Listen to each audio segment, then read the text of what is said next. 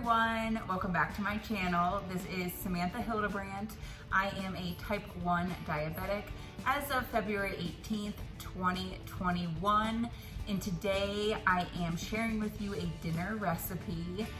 You asked and I'm delivering. I'm going to start giving you more blood sugar friendly recipes that we cook that taste delicious and also don't give you that blood sugar spike later in the day. So today we are going to be making protein bowls. So my husband and I probably make these bowls at least once a week, if not more, for several reasons. One, it's super easy to make. We always have meat in this house and we always have rice and we always have veggies. And so it's really easy to just make all of it and combine it. And so the key here though to making it blood sugar friendly is to make sure we're including all of the ingredients that have protein, fiber, carbs, and fat. If you have all of those, your blood sugar numbers will be better off. I can't promise you that they won't spike, but it will 100% be better off. As you all probably know, I am not a dietitian, I am not a nutritionist.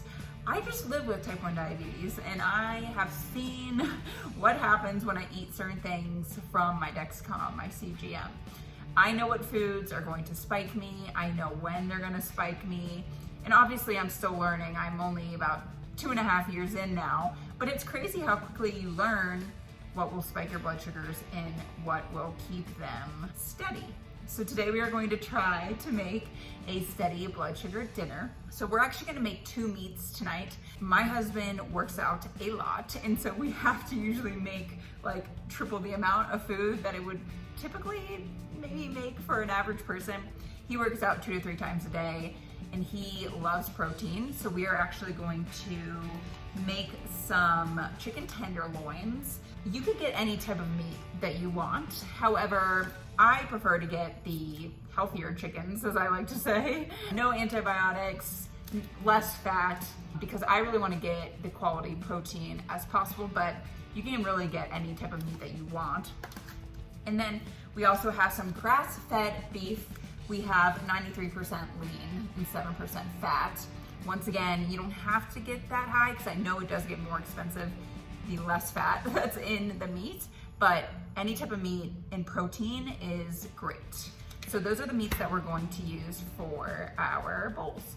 So first we're going to be cooking the meat because that is what takes the longest for this meal.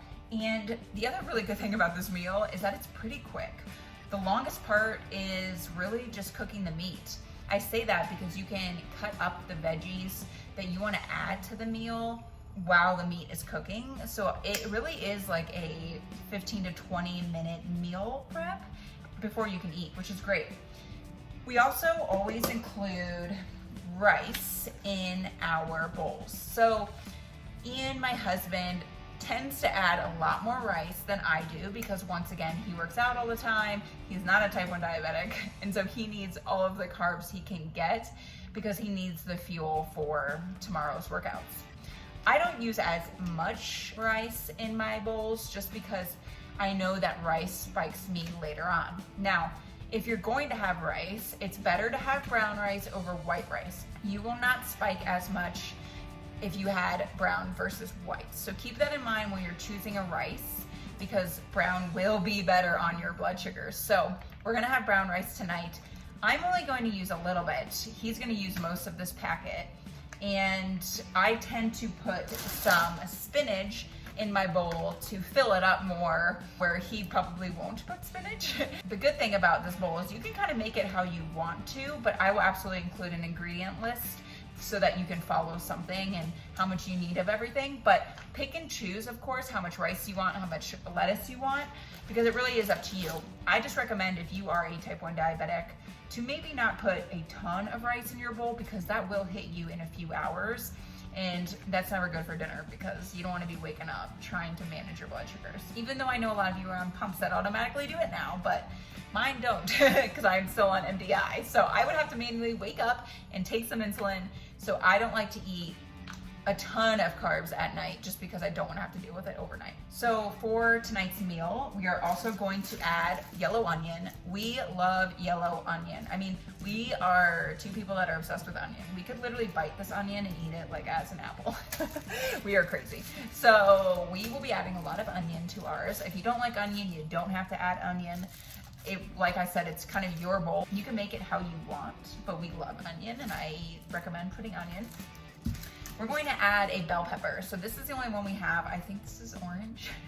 We're gonna add some orange bell pepper. You can add any kind of bell pepper that you want. So we're gonna add that. And then we're also going to add tomatoes. So tomatoes are a great option to add. We'll be adding some of those. I personally like to cut them up, even though I know you're supposed to just like throw them in. I cut them up because I don't like the big juiciness of these tomatoes, but if you do, go for it. Just throw it in and it will be great. And then the last ingredient we're going to add to the bowls are black beans. So I love black beans. I love any beans. I like refried beans, and really any type of bean, pinto beans. I love them all. Beans are a wonderful source of fiber and protein. So when in doubt, when you're like, oh gosh, I need to add like protein and fiber to my meal, throw in some type of bean, especially black beans. They're so good. One, they're so tasty. And two, they contain the amazing nutrients that we need to manage our blood sugars. So we are going to throw in some black beans to this bowl to help make it more blood sugar friendly. There is also fiber in tomatoes, not as much as black beans, but there is fiber in tomatoes. And there is some protein in rice. And then of course we have the protein as well in the actual meat, the chicken and the beef. So we are covering all of our bases here, which is great. We have protein, we have carbs, we have fiber, and then of course we also have fat because fat is in everything. Unfortunately, it's just in everything. But fat is also good. It helps delay that spike as well. So this is a wonderful, wonderful blood sugar friendly dinner or lunch that you could make. And I will kind of show you when we're making it, what it looks like. And then I'll also include the recipe below so you guys can make it on your own for your dinners. All right, let's start cooking. First things first, we're gonna cook the meat. So I'm going to put the beef in the pan and I'm gonna put the chicken in a separate pan just because the chicken has to be cooked, you know, a little bit longer than the beef. We want to make sure the chicken is fully cooked through. So let's go ahead and get started. Here we are, folks. Let's get it rolling. Okay. The beef is in here. We're gonna put the chicken over here. Get it started. You actually might be able to mix the meats. I don't know. So I just always separate them just for safety purposes. Don't want to be getting, you know, sick tonight. So I'm keeping them separate. By the way, this is so funny. Back in high school, I had to stand up in front of the class and give like a recipe. And I had to show them. I don't even remember what I did. It was something related to like maybe like a parfait. It was something so easy and simple.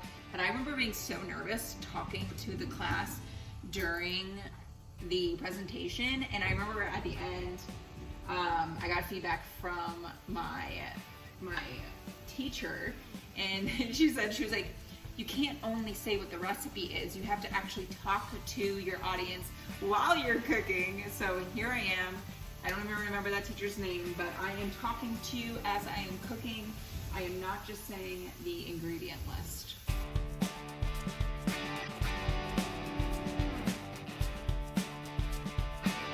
Now that the beef is cooking, we are going to start cutting up the veggies.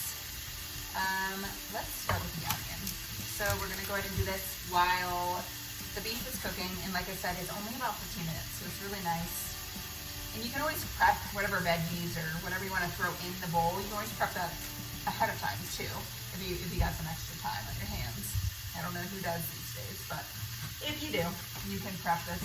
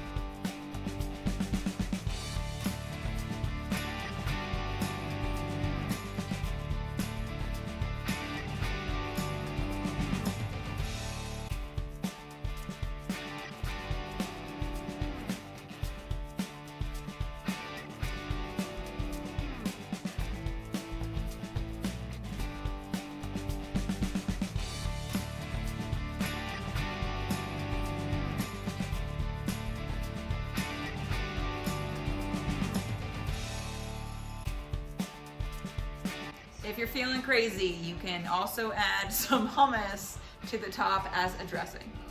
We also topped it with a little bit of cheddar cheese.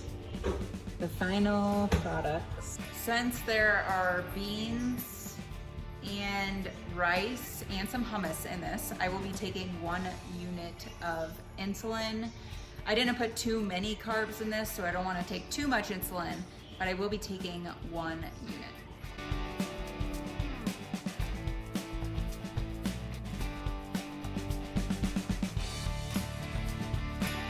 My blood sugar is 95, so we'll see what it is after dinner.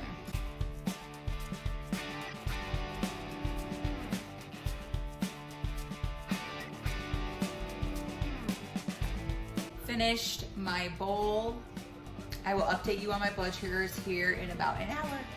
So it's been about an hour and a half since we finished dinner. My levels are 107 after eating that protein bowl. It did go up a little bit, so I'll show you a picture here of my Dexcom. It did go up a little bit, but then it came right back down. So it is truly the best blood sugar friendly dinner. I will include the recipe below, so if you want to make it, go ahead, and I hope you all love it. I'll see you guys next week in the next video. Bye.